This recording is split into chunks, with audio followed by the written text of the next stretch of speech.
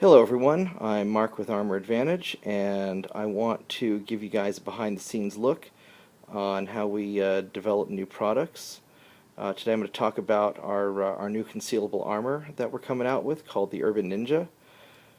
So a while back I have a buddy in New York who's a journalist, and he reports in some dangerous situations sometimes, but he didn't want to be wearing body armor that you could see.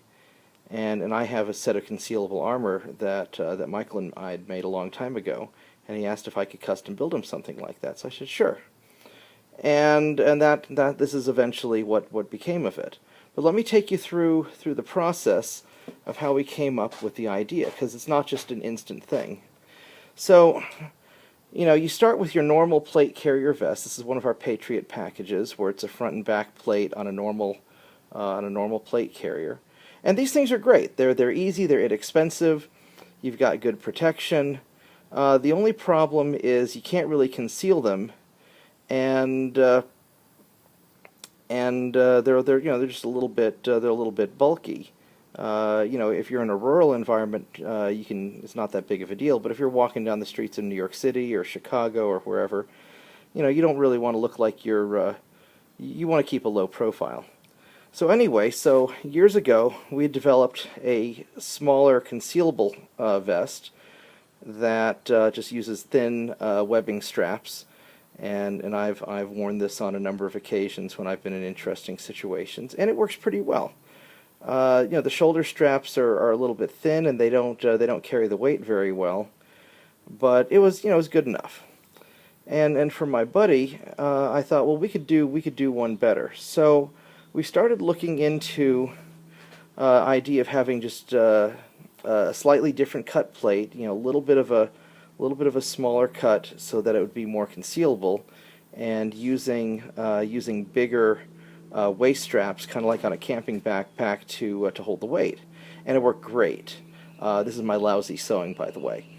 Now the problem is that the waist straps they're not as comfortable as I'd like, and they're not as concealable because they're sort of big and bulky. So we went with a thinner system. We were also looking at what could you do just having stuff just Velcro on, and this worked pretty well. But these I didn't quite like how the straps were fitting, and so we made a number of changes. So this is our first prototype of the actual Urban Ninja, where we reinforced the ballistic plating and added a stronger polymer component to it. And so this is actually more powerful than our equivalent previous model, using the thinner straps, and we reinforced them on there pretty good. But I didn't feel like it was quite there yet, and I wanted to make it even more durable. And so we changed a little bit more on the construction process to reinforce the vest itself, to make it take more of a beating. And then we added reinforcement on the straps where they connect, and changed how we attach them to make them stronger. But the thickness, once you get around towards the side, becomes a thin thin Velcro strap, so they're really comfortable, and it's a lot more concealable.